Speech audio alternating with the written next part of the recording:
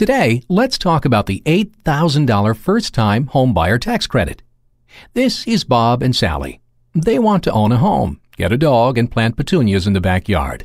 Someday, they'd like to put in a swing set and a sandbox for Scooter and Alice, their two children that are currently just a twinkle in their mother's eye. They've looked at homes on the internet, checked their credit scores, and they've been watching the market. But then one day, as Sally was checking the box scores on how the Giants did last night, she ran across it, the federal first-time home buyer tax credit. "Wow," she said, as visions of dogs, sandboxes, and children danced in her head. And before Bob knew what hit him, he was in the office of Ernie Sandelhoff, their tax guy extraordinaire. He explained how it works. The federal government wants to stimulate the housing market, so they're offering $8,000 to first-time home buyers to get it going.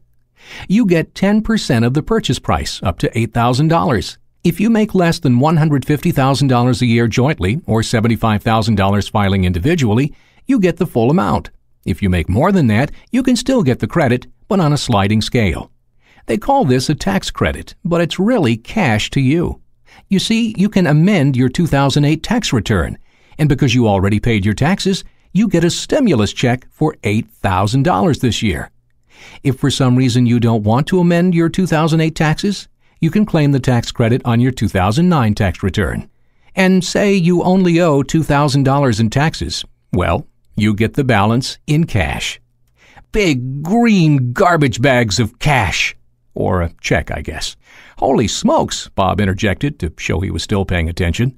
"Okay, you need to buy that home by November 30th. Closing and financing can take 4 to 8 weeks, so you better get going."